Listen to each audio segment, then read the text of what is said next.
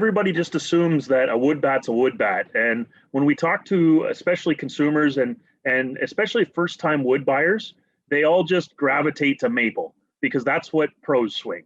And generally, when you're talking about major leaguers, a good chunk of them, for the most part, swing maple.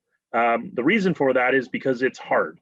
Maple is the hardest type of wood out there. It's also heavy, which is one of the knocks on it. But when you are talking about pro athletes and athletes at the major league level who can handle a heavier bat to get that hardness, it's obviously a good problem for them to have. Ash, on the other end, ash is very light. It's also a very porous material. So what happens is it absorbs the ball more than a maple bat will, which then stops a little bit of the trampoline. Ash bats are not as hard as a maple bat, which is a knock on it, but you can get a lot more lightweight patterns, and you can actually get -5s, -7s out of them because the wood is shaped at a better balance point, and you can make better bats out of ash for youth players anyway. Birch is kind of a new type of material.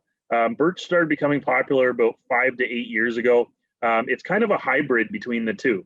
It has the hardness of maple and the lightness of ash. It's kind of straight down the middle.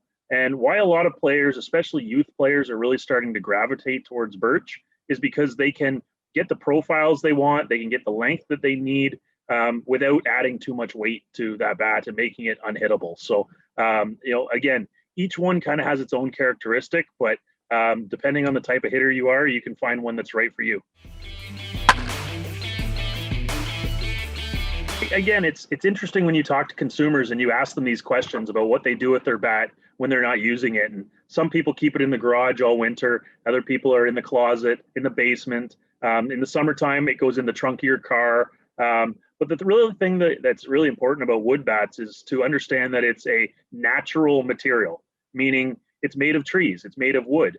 And that wood has the ability to absorb moisture. It has the ability to absorb weight. It has the ability to also dry out at the same point.